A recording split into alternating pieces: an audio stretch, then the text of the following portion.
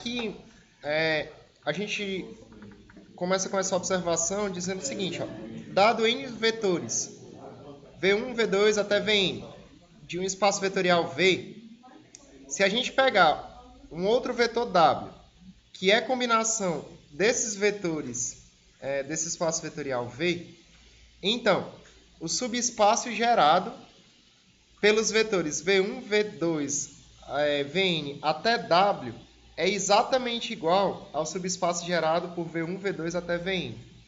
O que eu estou querendo dizer aí? O que está ocorrendo? A gente está pegando a gente está considerando um subespaço gerado por esses n vetores e a gente está acrescentando um vetor. A gente está pegando um W que ele é combinação linear desses vetores. Se a gente fizer isso, pessoal, o subespaço gerado por esses vetores com esse W é o mesmo subespaço que já era gerado antes. Resumindo a história, esse W ele é desnecessário. Tranquilo aí? De novo? Vai.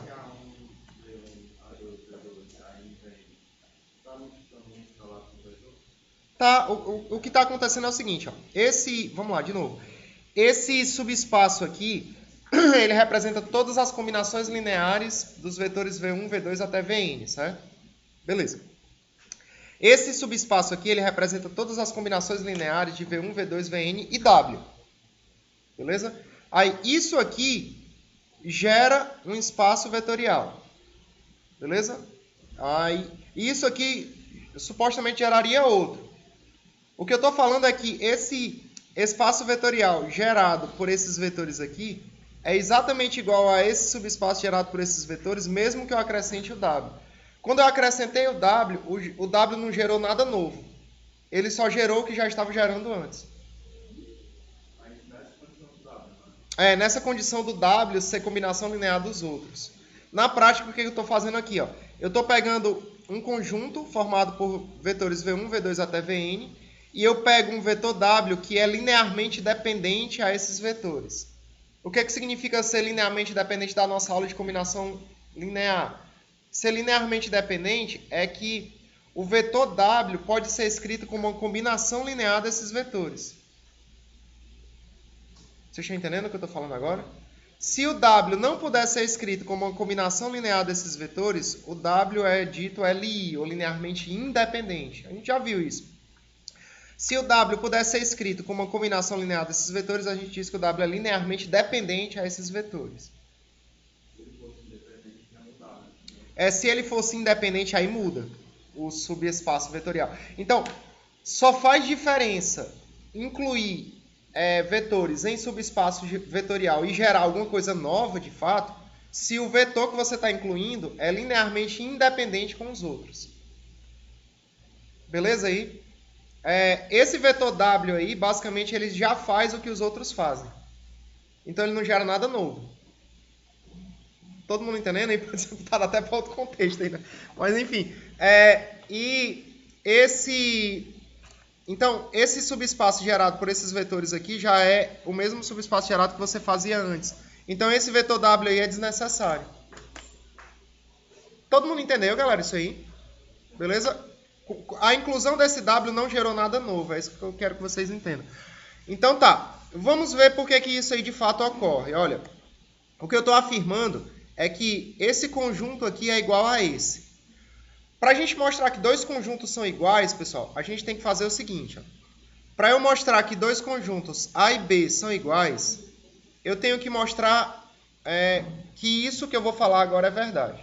Eu tenho que pegar um elemento de A e mostrar que se eu pegar qualquer elemento de A, ele também está em B. Se eu mostrar isso, se qualquer elemento de A está em B, significa que o A está contido em B. Vocês estão entendendo aí? Se eu pego qualquer elemento de A e esse elemento de A está contido em B, ou se eu pego qualquer elemento de A e esse elemento de A está em B, é porque A está contido em B. Tranquilo aí? É como se eu pegasse, por exemplo, qualquer aluno dessa sala como sendo um conjunto e qualquer aluno da FANOL como sendo outro. Aí, todo mundo que está nessa sala também vai estar na FANOL, entendeu? Basicamente é isso. Tá compreensível, hein? Então, se todo elemento de um conjunto está em outro, é porque esse conjunto é subconjunto do outro. Tá dando certo o que eu estou dizendo? E se a gente mostrar aqui também, todo elemento do B está em A, isso é, se eu mostrar que para qualquer elemento que eu pegue em B, esse elemento também está em A, então significa que o B está contido em A. Todo mundo entendendo, pessoal? Beleza. Aí, se o A está contido em B e o B está contido em A, é porque os conjuntos são iguais. Todo mundo entendeu agora? Por exemplo, imagina que eu tenho um A que está contido em B, mas acontece o contrário também. O B está contido em A. Então é porque na prática esses conjuntos são iguais. Deu para entender aí? Eles representam o mesmo conjunto. Tá dando certo, né? Aí? Beleza. Então é isso que a gente vai fazer agora, certo? A gente vai usar essa lógica que eu acabei de comentar e mostrar que esses dois conjuntos de fato eles são iguais, certo? Vamos lá então, olha. O que eu vou fazer? Eu vou pegar, pessoal, um vetor. Eu vou pegar um elemento daqui e mostrar que ele está aqui, certo? Para fazer essa primeira parte aqui, ó. Então tá, eu vou dizer aqui, seja um vetor que pertence ao subespaço gerado por V1, V2 até Vn junto com o W. Eu vou considerar U como sendo um vetor que pertence a esse subespaço gerado por V1, V2, Vn até W. Certo? Se o U está aqui, pessoal, significa que o U ele é uma combinação linear desses vetores V1, V2 até Vn e o W. Tranquilo aí? Então, esse U ele vai ser, por exemplo, um B índice 1, V1, mais um B índice 2, V2, até um B índice N, por exemplo, Vn, mais um BW. Todo mundo entendendo aí? Esse U ele é uma combinação linear desses vetores. Então, ele, enfim, pode ser escrito dessa maneira. Tá dando certo isso aí? Beleza? Tá. Aí é o seguinte, ó. Nesse caso, eu vou ter que o U ele vai ser escrito da seguinte maneira. O U vai ser isso que eu já coloquei aqui.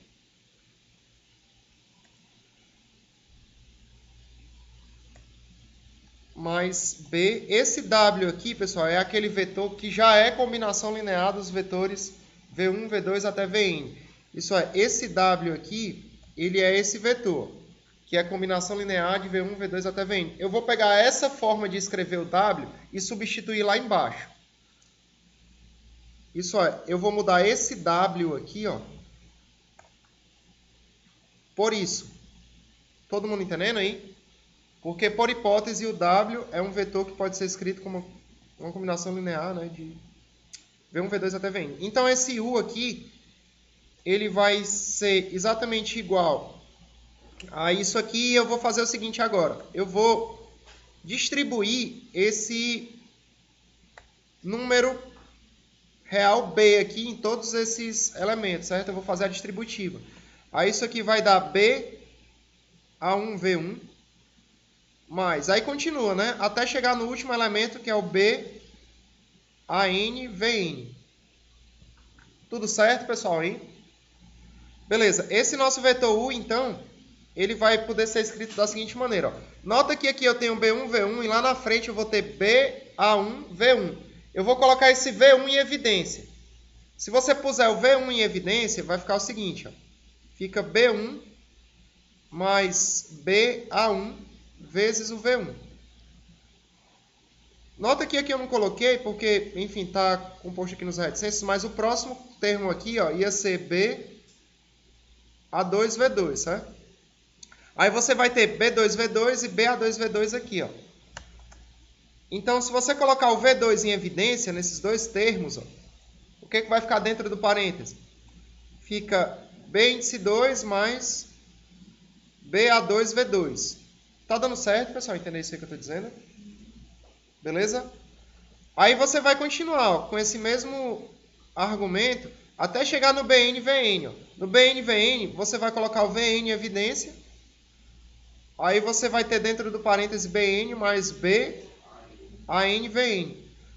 Olha, galera, então o que acontece? Ó? Esse U aqui, que na prática começou sendo uma combinação de V1, V2 até W, no final das contas, ó, ele é uma combinação linear só do V1, V2 até Vn. Tá dando certo aí? A gente começou considerando que ele era uma combinação linear de V1, V2 até Vn até W, mas no final das contas a gente concluiu, olha, na prática, isso aqui, se eu chamar, por exemplo, de C1, C2 até Cn, porque isso aí são constantes, a gente conclui que esse U ele é uma combinação de C1V1 mais C2V2 até CNVN. Tudo certo aí? Então tá, olha, na prática então esse U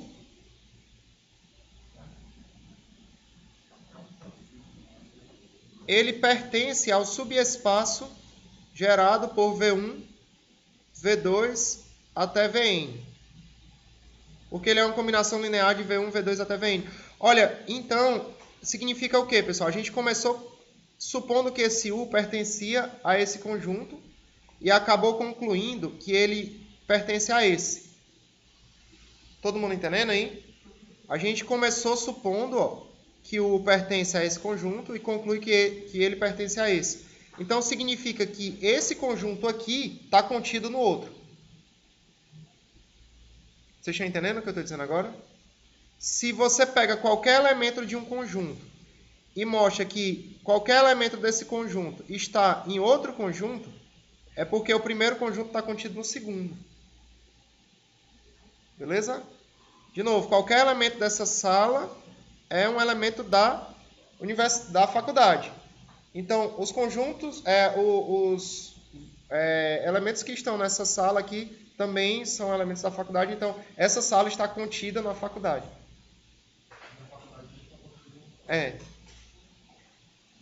Todo mundo entendendo aí? Mas, no caso, a faculdade não está contida na sala. Nesse caso aqui, a gente vai mostrar que esses dois conjuntos, o contrário também é verdade.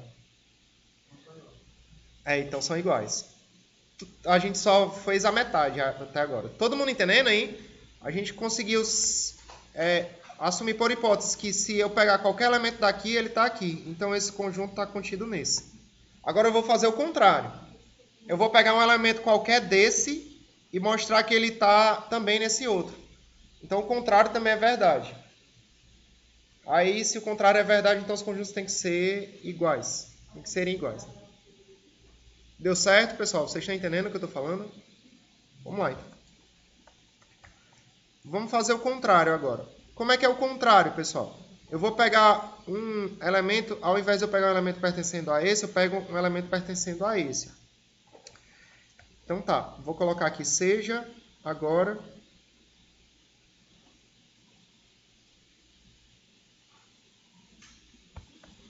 W, um vetor que pertence ao subespaço gerado pelo V1, V2 até o Vn. Tudo certo aí? Se o W é um vetor que... Desculpa, W eu já usei essa letra, né? Tá bom. Vou chamar aqui M. Então, que? Porque em geral o vetor é o VW, eu vou chamar vetor Q aqui, certo? Vou dizer que vetor Q é um vetor pertencendo a esse subespaço gerado. Se o Q, pessoal, pertence a esse subespaço, então ele pode ser escrito como sendo uma combinação linear de V1, V2 até Vn. Então ele é um D índice 1, V1, mais D índice 2, V2, até um D índice N, Vn, na verdade? Tudo certo aí? Beleza. Olha, galera, vocês concordam aí que isso aí é a mesma coisa disso, ó, mas o zero, número 0 mesmo, vezes o W? Tá dando certo aí? Claro, né? Se eu multiplicar 0 vezes o W, continua é a mesma coisa que já estava antes, né? Todo mundo entendendo o que eu estou falando aí? Eu vou até colocar assim, para dizer o seguinte, olha, se ele está aí, então acontece isso. Só que isso aqui é a mesma coisa disso, né? Beleza, fica mais didático aí. Agora, vocês concordam que isso aqui é uma combinação linear de V1, V2, Vn até W? Tá claro aí? Esse Q aqui, ele é uma combinação linear de V1, V2, Vn até W. Então, significa que esse Q, ele está no subespaço gerado por V1, V2, Vn até W. Deu certo aí? Então, olha, você começou pegando um Q aqui e mostrou que ele está aqui, ó. Então, né?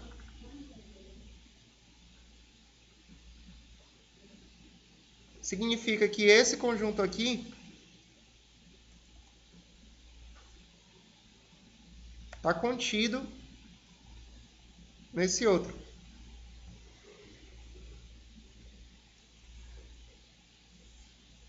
Beleza.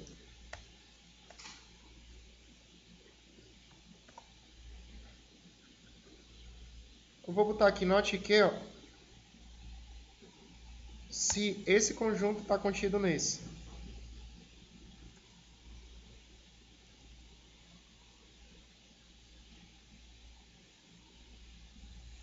I, né?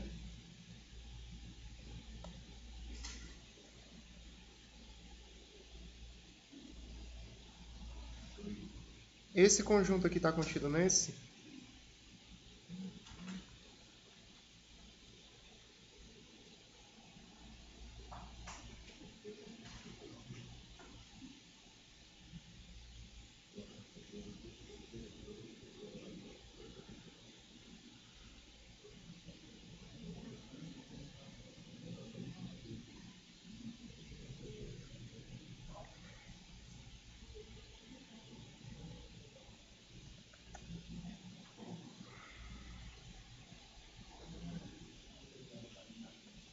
Isso aí significa, então, que esse conjunto é igual a esse.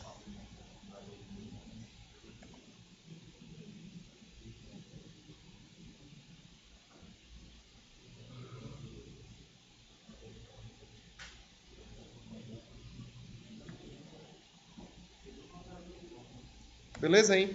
Olha, é como se você pensasse o seguinte, ó.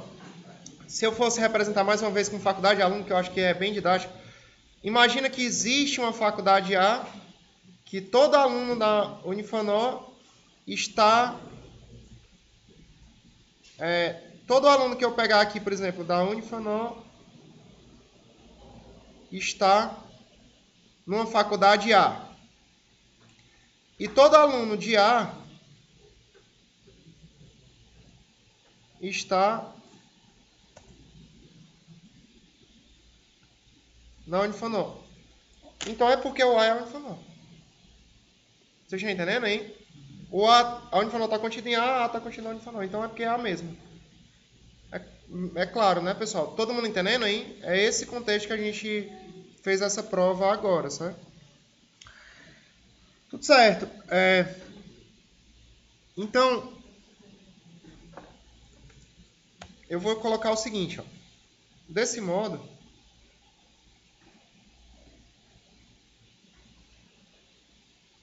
dado um subespaço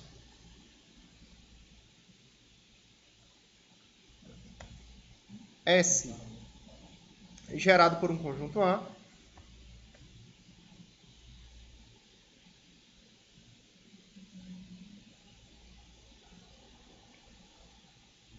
esse conjunto A é justamente um conjunto de vetores aí, né? Aquele mesmo conjunto que a gente já considerou antes.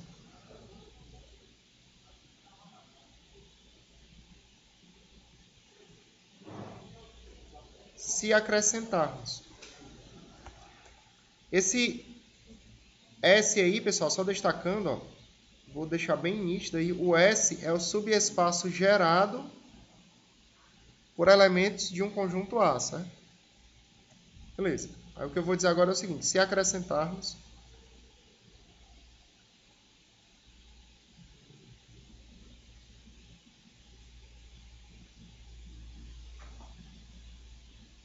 vetores de S a esse conjunto A,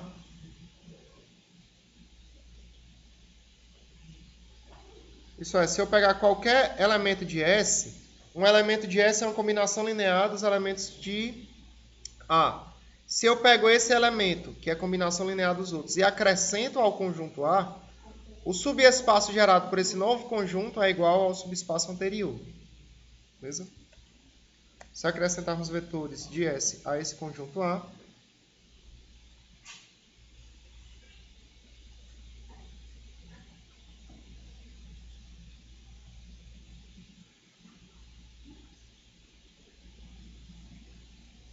os novos conjuntos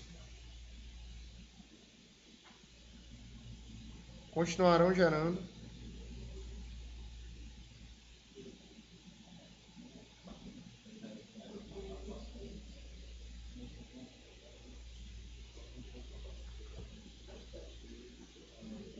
tal novo, né? Porque eu estou acrescentando só um, né? O novo conjunto continuará gerando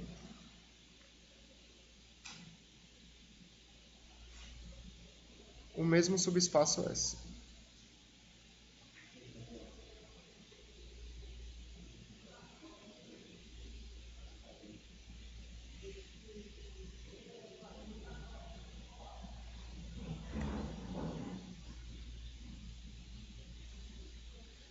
Beleza. Aí eu vou botar aqui, ó, disso decorre que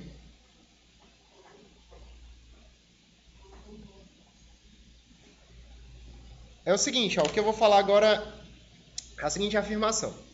Eu vi que se eu pegar um número finito de vetores, eu posso gerar um subespaço a partir desse conjunto finito de vetores. Esse subespaço S, pessoal, aqui, ele é infinito. Por exemplo, se eu fosse perguntar qual é a quantidade de vetores que existe no plano, tem infinitos vetores no plano. Mas eu consigo gerar infinitos vetores só com dois, por exemplo, com I e com J. Você está entendendo aí? Se eu pegar os vetores I e J aqui, por exemplo, esses dois vetorizinhos, eles geram um plano todinho que é infinito. Aí se eu pegar qualquer vetor V do plano, esse vetor V do plano ele pode ser escrito como combinação linear de I e J, não é verdade? Na prática a anotação é essa, né? Subespaço gerado. Se eu pegar qualquer vetor V pertencendo a R2, ele pode ser escrito como combinação linear de I e J. Vou pegar esse vetor, por exemplo, V1 aqui.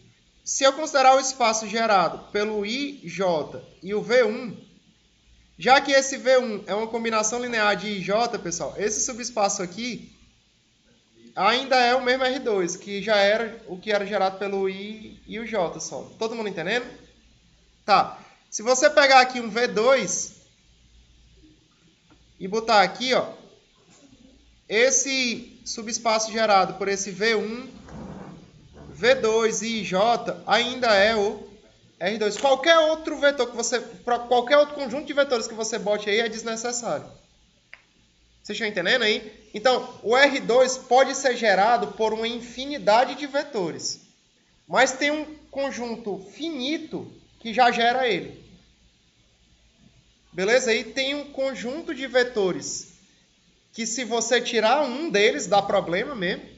Mas se você pegar um conjunto de vetores, existe um número chave aí, né? Que a gente vai chamar isso de dimensão do espaço, já já. Mas existe uma quantidade de vetores linearmente independentes que geram um subespaço, de modo que se você acrescentar qualquer outro vetor, esse outro vetor vai ser desnecessário. Vocês estão entendendo aí? Existe um número finito de vetores que vão conseguir gerar o espaço, e se você acrescentar qualquer outro vetor a esse número finito, que já gerava, esse outro vetor vai ser desnecessário. Beleza, pessoal? Aí é isso que eu vou escrever agora. Então, disso decorre que... Vamos lá. Propriedade.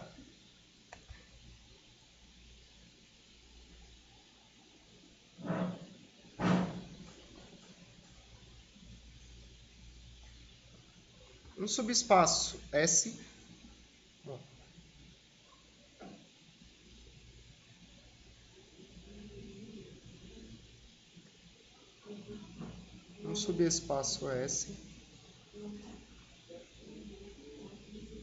de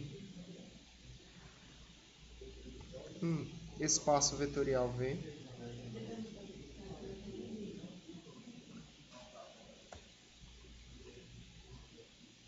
pode ser gerado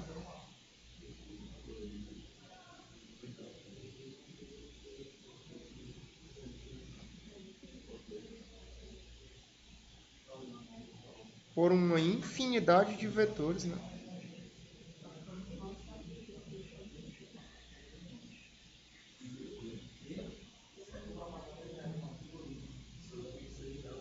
Porém, existe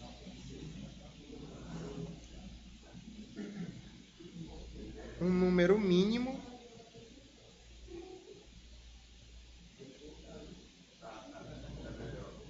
de vetores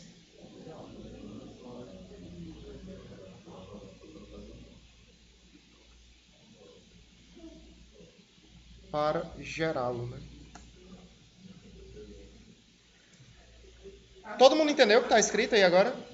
Baseado no que eu disse, ó. Dado um subespaço S de um espaço vetorial V, esse subespaço S pode ser gerado por uma infinidade de vetores. Mas tem um número mínimo de vetores que eu preciso para poder gerar. Se eu botar qualquer outro vetor além desse número mínimo, esse outro vetor é desnecessário. Beleza? Sai. Vamos lá.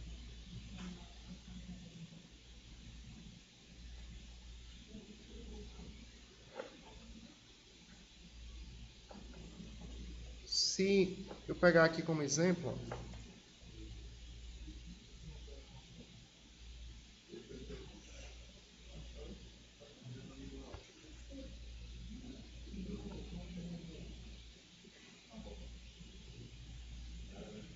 o seguinte, seja V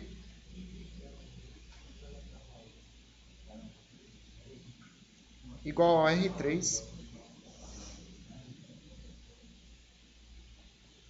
ele pede aqui para a gente determinar o subespaço gerado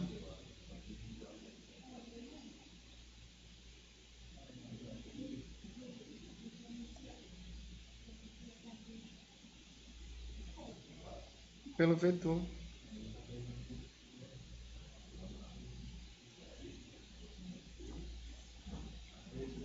V1 de coordenadas 1, 2 e 3.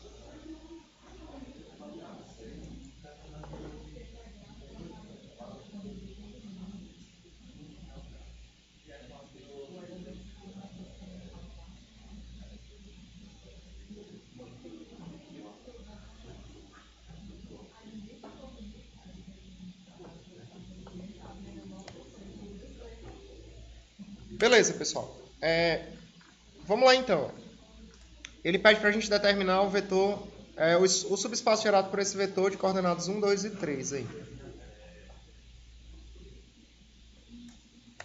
Como é que a gente pode fazer isso aqui? Ó? A gente está tentando descobrir quem é esse subespaço S, que é o subespaço gerado por esse vetor. V1, certo? Beleza. Então é o seguinte, ó. Eu vou argumentar da seguinte maneira. Para um vetorzinho V pertencer a S, que é esse subespaço gerado pelo V1,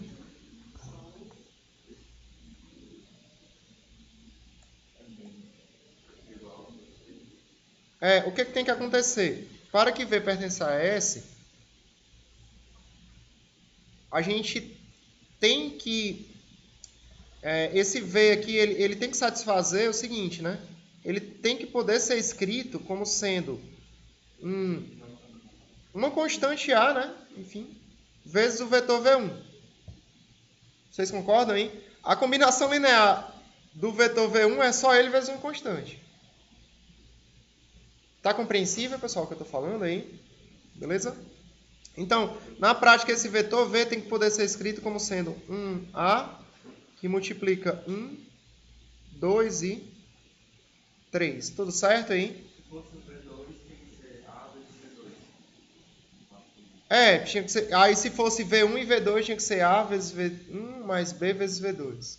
Beleza? Aí a letra aqui, você pode botar a letra que você quiser. Por exemplo, pode ser X, pode ser Y, pode ser... Enfim. Esse X aqui, se eu for representar desse jeito, eu tenho que entender que ele é um número real. Todo mundo entendendo? Aí, por exemplo, como é que eu faço, pessoal? Quando eu tenho um número, né, multiplicado por um vetor, do jeito que a gente sempre vem fazendo, ele multiplica todas as entradas do vetor. Então fica x, 2x e 3x. Todo mundo entendendo isso aí? Beleza? Então, o subespaço S, pessoal, aqui, gerado por esse vetor V1, ele é formado por todos os elementos da forma x, 2x e 3x. Isso aí pertence ao espaço R3, tal que o x pertence aos reais, né? Todo mundo entendendo isso aí? Beleza? Aí, quem seria geometricamente esse subespaço, pessoal? Vamos tentar ver aqui, ó. Nota que esse subespaço é formado por elementos desse tipo, né? Ó, x, 2x e 3x. Se eu for representar os números da forma x, y e z, como a gente comumente faz, né? Para representar abscissa, ordenada e cota, aqui seria o y e aqui seria o z, né? Tranquilo aí? Você está entendendo o que eu estou falando? Sim ou não? Sinceramente, foi?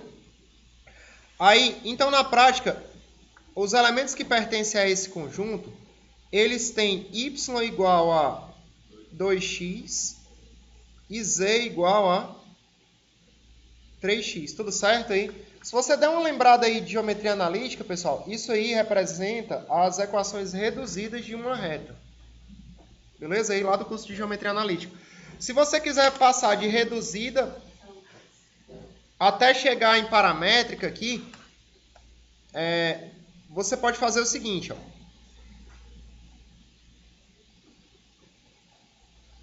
Por exemplo, se o y é igual a 2x, então logicamente significa que o x é igual a y sobre 2, né? Tudo certo aí? O z é a mesma coisa.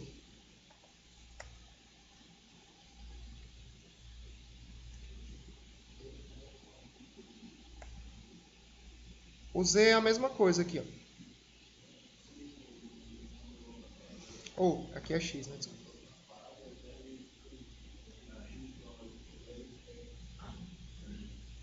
Tá certo, pessoal, hein? Então, na prática, isso aqui é outro tipo de equacionamento que você também viu em geometria analítica. Significa que esse x sobre 1 aqui, ele pode ser escrito como sendo o y sobre 2, né? Dando igual ao z sobre 3, né? Todo mundo entendendo aí? Aí, isso aqui é a mesma coisa, lógico, de x menos 0, y menos 0 e z menos 0. Isso aqui é outro tipo de equacionamento que você também viu em geometria analítica, e esse denominador aqui representa o vetor diretor da reta, né?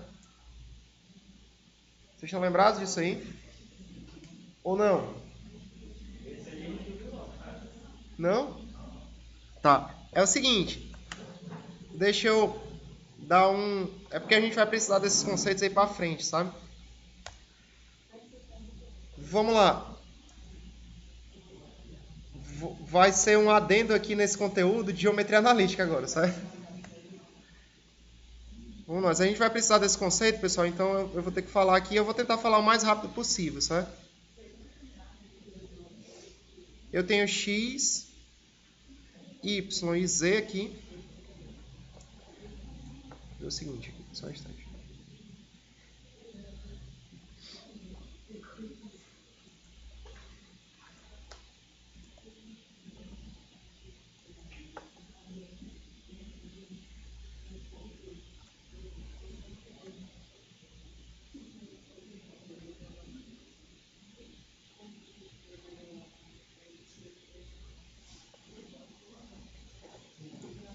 E eu vou pegar aqui uma reta R, certo? Vamos lá. A gente vai precisar desses conceitos de geometria analítica, tanto agora como para os cálculos vetoriais e tal, então já é uma oportunidade de pegar isso de novo, certo? Vamos fazer o seguinte, pessoal. Eu quero escrever a equação dessa reta aqui, certo? A gente vai escrever ela de três maneiras. A gente vai escrever as equações paramétricas, as equações simétricas, que é essa que eu acabei de escrever agora, que vocês não estão lembrados, e a equação reduzida dela. Beleza? Vamos chegar lá. É o seguinte, para você escrever a equação de uma reta, você precisa de duas informações. A primeira é de um ponto que você sabe que está na reta. Então, eu preciso conhecer as coordenadas de um ponto de coordenadas x0, y0 e z0, que eu sei que está na reta. Aí eu vou considerar que é esse ponto A aí, certo?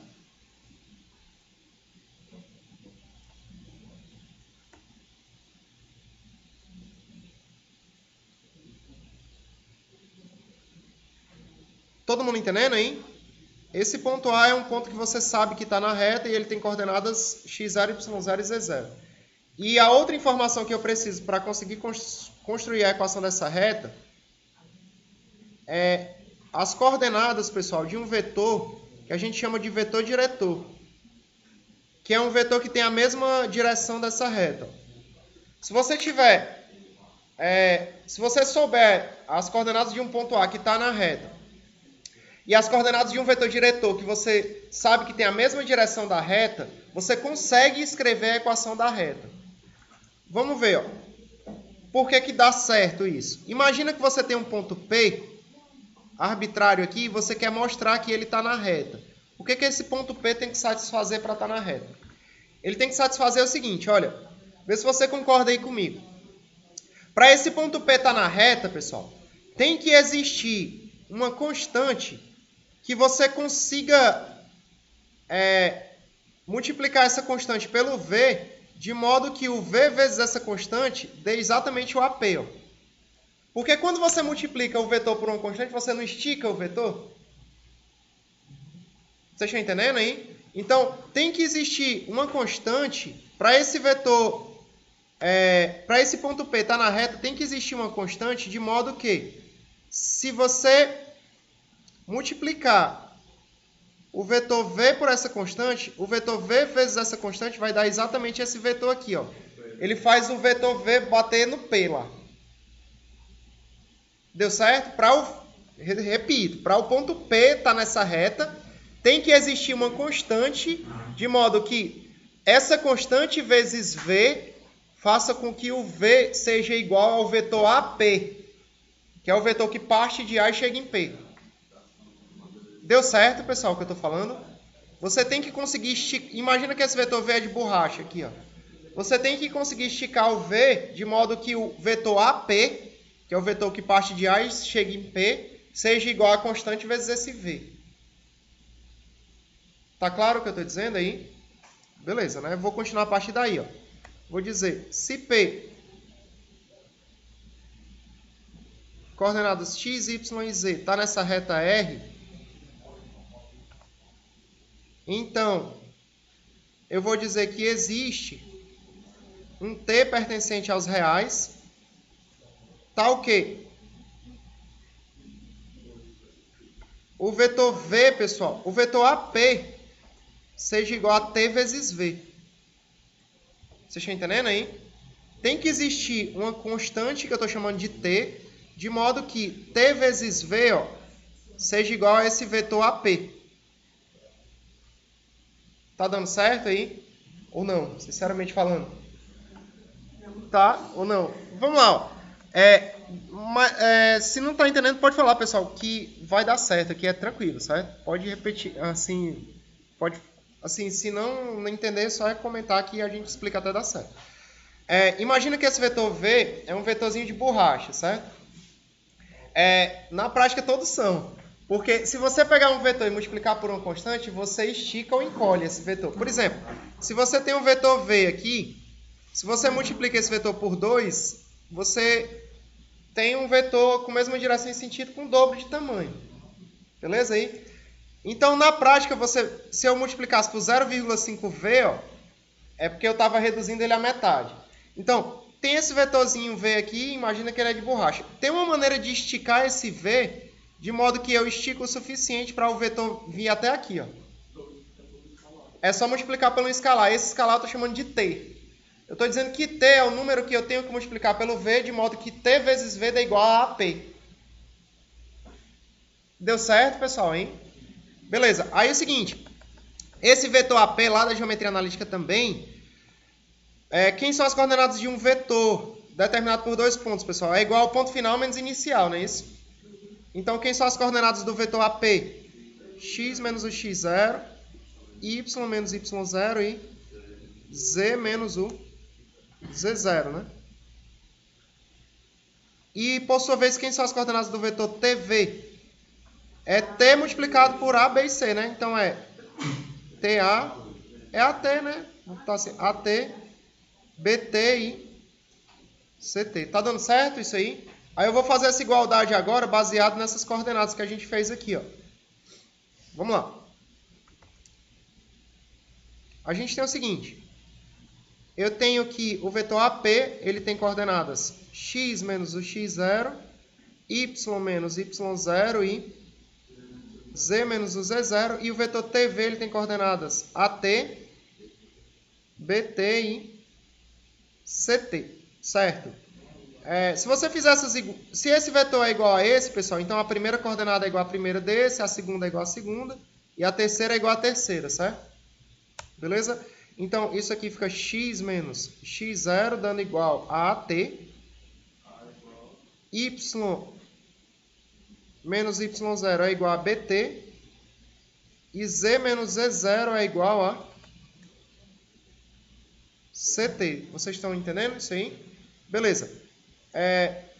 Nota que a partir daqui eu consigo escrever o seguinte. Ó, o x ele está sendo igual a x0 mais AT.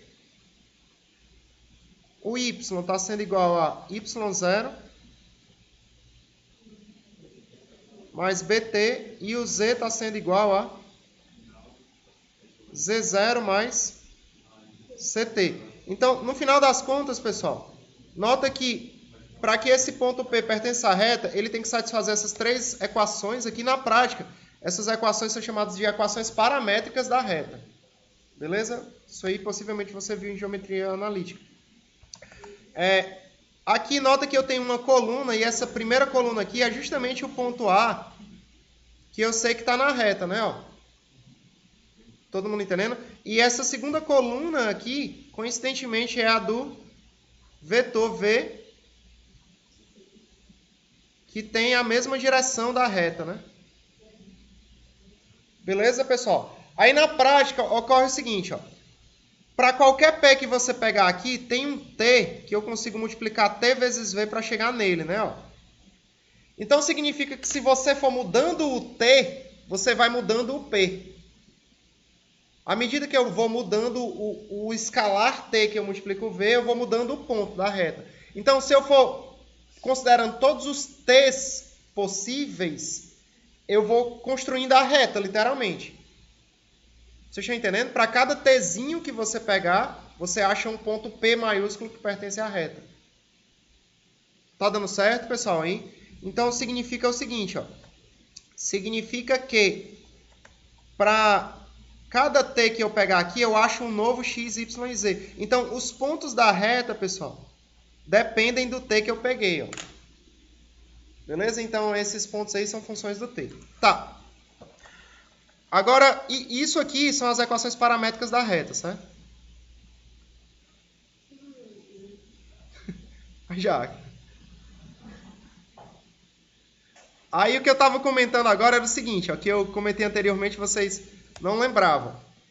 A partir disso aqui, pessoal, dessa primeira, eu tenho que x menos o x0 sobre A é igual a T, né? Aí eu tenho que y menos y0 sobre B é igual a T.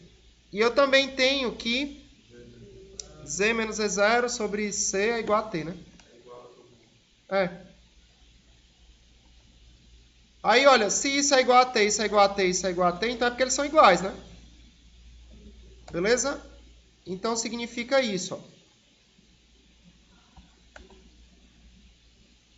Então significa que x menos o x0 sobre a é igual a y menos y0 sobre b, que é igual a z menos z0 sobre c. Essas equações aqui são chamadas de equações simétricas da reta, né?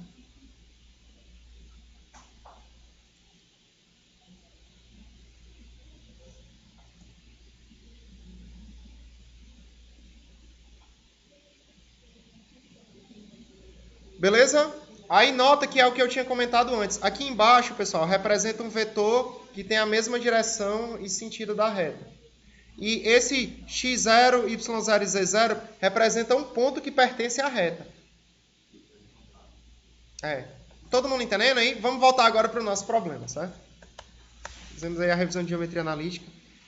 O que eu estava comentando com vocês, ó, é que a partir disso aqui, a gente conseguiu construir essas equações aqui. Aí na prática, pessoal, isso aqui são equações simétricas de uma reta que tem vetor diretor 1, 2 e 3 e tem e um ponto que pertence a ela é esse ponto de coordenadas 0 e 0 e 0. Então, resumindo a história, quem é esse subespaço gerado por esse vetor V1? O subespaço gerado por esse vetor V1 é essa reta aqui, ó. É a reta todinha. Vamos construir a reta, ó. Vocês concordam comigo que o ponto 0, 0, 0 pertence a essa reta? Beleza? Então, se eu for representar esse subespaço aí, o subespaço, pessoal, vai ser representado como sendo uma reta, e eu tenho certeza absoluta que essa reta passa pela origem. Então, a origem é um ponto dessa reta. E eu também sei que a direção dessa reta é a mesma direção desse vetor de coordenadas 1, 2 e 3. Se eu for representar um vetor partindo da origem, as coordenadas de um vetor que parte da origem é exatamente igual às coordenadas do ponto final desse vetor. Vocês entenderam o que eu disse agora? Se um vetor partir da origem, as coordenadas desse vetor é exatamente igual às coordenadas do ponto final dele. Beleza? Então, se eu partir esse vetor da origem, as coordenadas desse vetor vão ser iguais a 1. Vou botar essa representação da origem um pouquinho para cá. 2.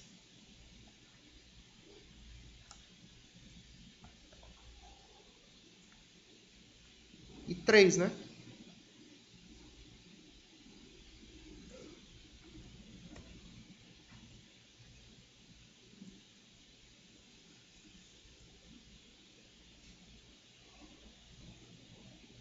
Então, esse ponto aqui é o ponto de coordenadas 1, 2, 3. Se eu for representar um vetor que parte na origem e chega nesse ponto, o vetor vai ter as mesmas coordenadas do ponto final dele, não é isso? Tudo certo aí? Então, esse vetor aqui, ó, é o tal do vetor de coordenadas. Esse aqui é o tal do meu V, que tem coordenadas 1, 2 e 3. Olha, então a reta, pessoal, é a reta que passa por esse ponto e tem a mesma direção desse vetor V. Então tá, então agora eu posso construir essa reta. A reta é essa aqui, então.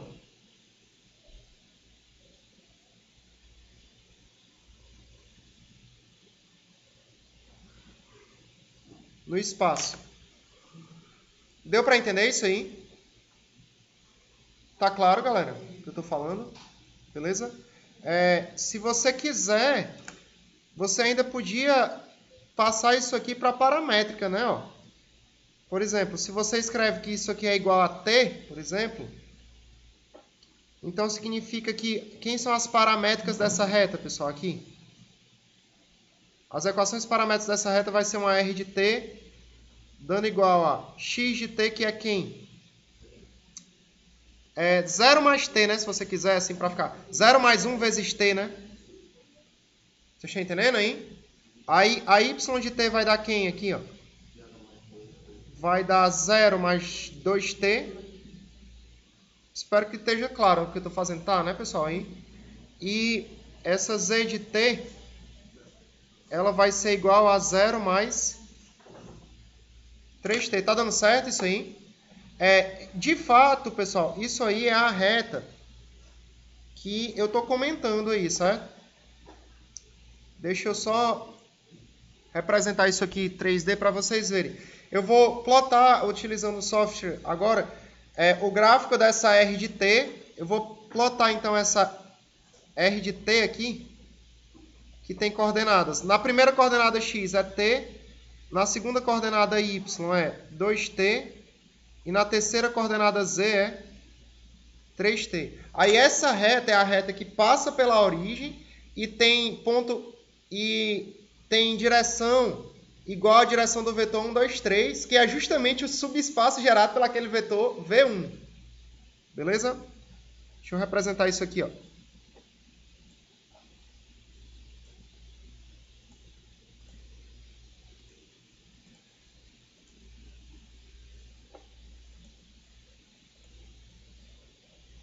Vamos lá. Sim.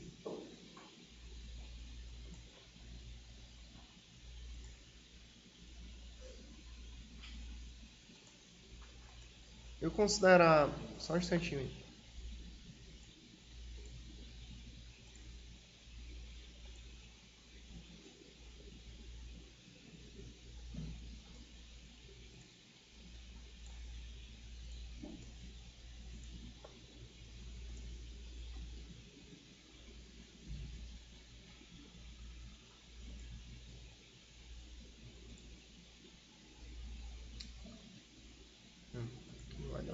Só um instante.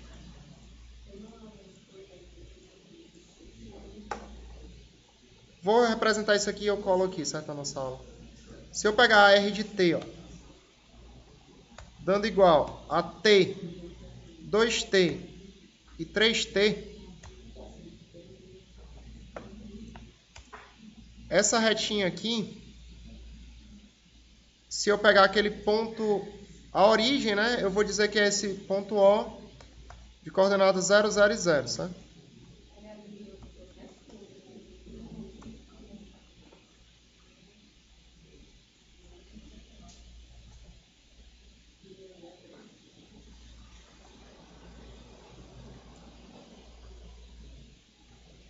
Vamos lá, pessoal. Então, vou colar aqui na nossa aula, de uma maneira melhor aqui, ó.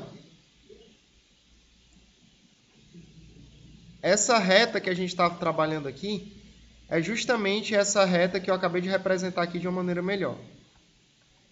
Que é a reta que passa pela origem e tem mesma direção desse vetor de coordenadas 1, 2, 3. E é justamente essa reta que é o subespaço gerado por esse vetor. O que acontece, pessoal? Toda vida que você tem um subespaço gerado, na prática, toda vida que você tem um subespaço, esse subespaço tem que conter a origem. Beleza? Então, nota que na parte anterior da nossa aula, a gente tinha construído um subespaço que era esse plano aqui, né? Ó. Aí nota que esse plano contém a origem, né? Vocês lembram disso aí, desse plano? Agora a gente conseguiu outro subespaço aqui, e esse subespaço também, ele deu uma reta e também passa pela origem. Na prática, toda vida que você construir um subespaço vetorial, seja gerado ou então um subespaço que já é dado, esse subespaço tem que conter a origem, pessoal. Pelo seguinte, fato.